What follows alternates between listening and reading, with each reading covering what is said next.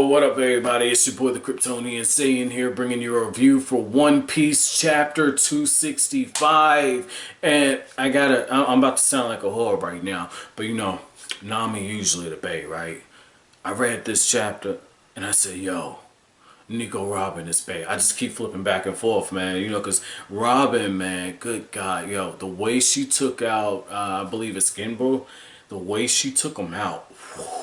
Oh my God, yo, you want to talk about savage and cutthroat? She was efficient. Like, if we look at the fights before, none of them went this quick. Like, I know a lot of her stuff took place off panel, but she didn't get serious until she got this dude away from the ancient artifacts, man. And when she says, hey, I can't forgive you, we're in a place where I can fight without restraint. Once that happened, the way she's using those hands, like, that's what I was waiting for, man. Like, she has her hands just sprout out from all over the place. She has gimbals. She has them hanging, right? And we see this one scene where she's holding on to her shoulders, and it's because it's from what one of you guys told me, you know, if she gets injured or anything like that, like if one of those hands get injured, then she feels it. So this heavy ass dude, you know that she's feeling something trying to pick him up. I remember years ago, right? I want to say like 15, 16. My grandma was a little heavier at the time. She's lost a whole hell of a lot of weight. But the thing is like one time she fell down, I had to pick her up, right? And I was able to pick her up with ease. But I'm not gonna lie to you though, right? Like I don't really say this much because she loves to tell people, "Oh, my grandson's so strong, he picked me up without any problem." Like, cause she was all the way down. Like when I picked up, man, like my arms, my legs, I felt a little bit of burning right there, like just a little bit. So I understand what Robin's going through, man, because I've been there. So that was cool. But I like how every time this dude keeps trying to resist, Robin just ramps it up more and more. And the reason why this chapter is so important is we saw a little bit of the ruthlessness of her when she was a part of Crocodile's crew.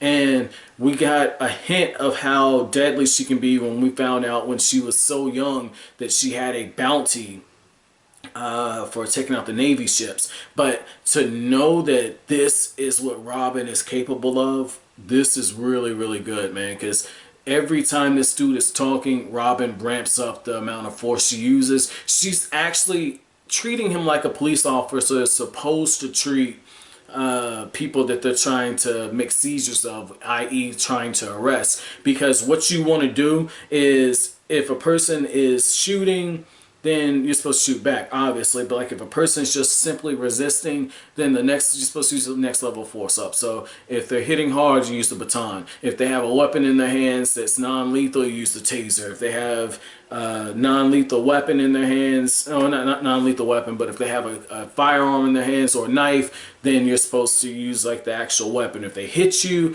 then you're supposed to use your firearm. Like stuff like that. You're supposed to go one level of force higher up. And so I like that's how what Oda did in this. I like that he chose to take that approach and then to have it go a step further where when this dude says, "I'm going to kill you," and you see this dark expression on her face twice. The first time is when she says, "When you destroy artifacts of the past, we can't go back to the past. That's why they're so important." I swear to God, she's reminding me of that girl I dated in college, man, because that's one of the things that she was real big on. We had a ancient Egypt display on campus, and it was in like the museum or whatnot on campus. And I remember I got drugged along to it, right? And so I'm looking at the different things, and I was bored as hell, right? I said I like history, but I like more to read it. Don't really care to select the pots and vases and all the other things. So just looking at all that stuff, I was bored. But that was one of the things that she was saying. She was saying like, look, like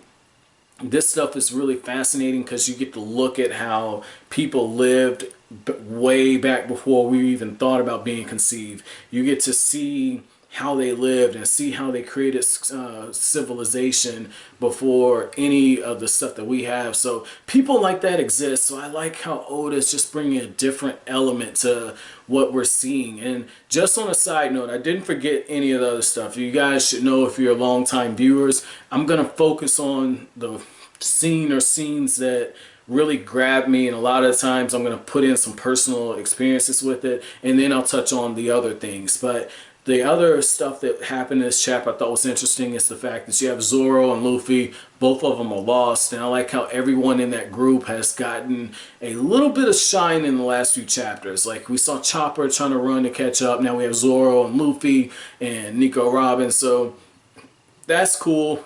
Zoro looks like he has some type of Southbird following, and it's a really, really big too, but Zoro was like, I already ate, and I wouldn't even give you anything. And then Luffy's like, I wish I could eat.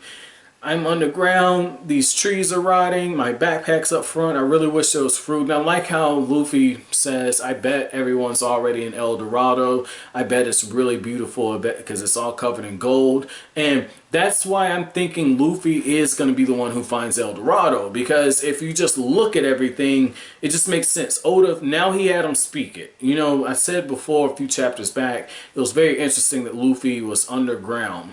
And now they're treasure hunting. I was getting Indiana Jones vibes. So I could see that, okay? I could see Luffy discovering it, and then he ends up crossing paths with Enel because Enel is after it. So that would be interesting if that's how that actually sets up. I wouldn't be opposed to that, but Luffy has to have another gear in him because there's no way that he can take on Enel at this point. And speaking of Enel, this dude is ruthless, man. Like, we see another one of the Shandian warriors, and he's trying to get the drop on him, and Enel just zaps right behind him and takes him out. And it happens off panel, right? We just see the birds kind of flying out. And it's Oda's way of very subtly showing us that this dude is not only powerful, but he's going to be a problem. And what I thought was very cool about all of this is I'm reading it and I'm getting Hunger Games vibes. Like, it reminds me of the first book where Katniss is just slowly hunting like the people who are hunting her, and it's more of a survival thing. So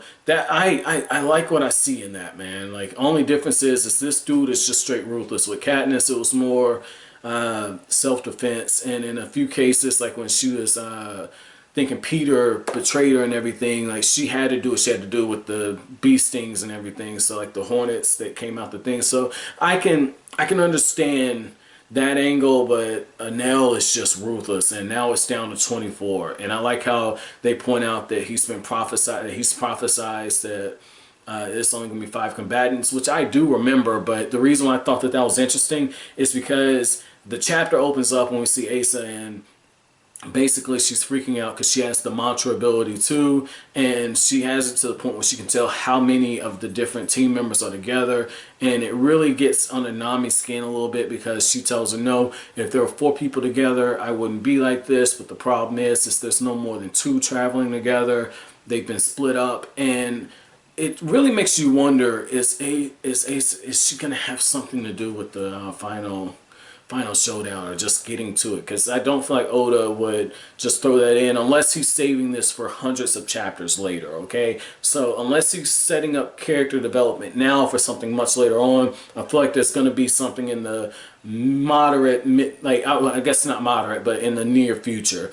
But my chapter question for you guys is going to be, what did you think about Aisa's ability to use mantra to this level and her reaction to it? She was saying that, you know, she didn't think the voices would ever stop. And it really reminded me of 2 things, Superman and Man of Steel, which I love the movie, didn't really care for Batman versus Super. After I saw it the second time, like first time I was just hyped, I caught all the Easter eggs. But the thing is like in Man of Steel, you know, Clark was, as a kid, trying to learn how to handle his super hearing, and his mom was like, just focus on my voice. And then the other thing it reminds me of is Charles Xavier in, I want to say, X-Men First Class, where one of the things that, you know, we see is like he had trouble with the voices for a brief period. So I like just seeing all of that. That was pretty cool, man. So as always, guys, if you like anything I had to say, hit that like button, comment, rate, subscribe, share, follow me on Facebook and Twitter. As always, thank you for watching. Have an awesome day, guys.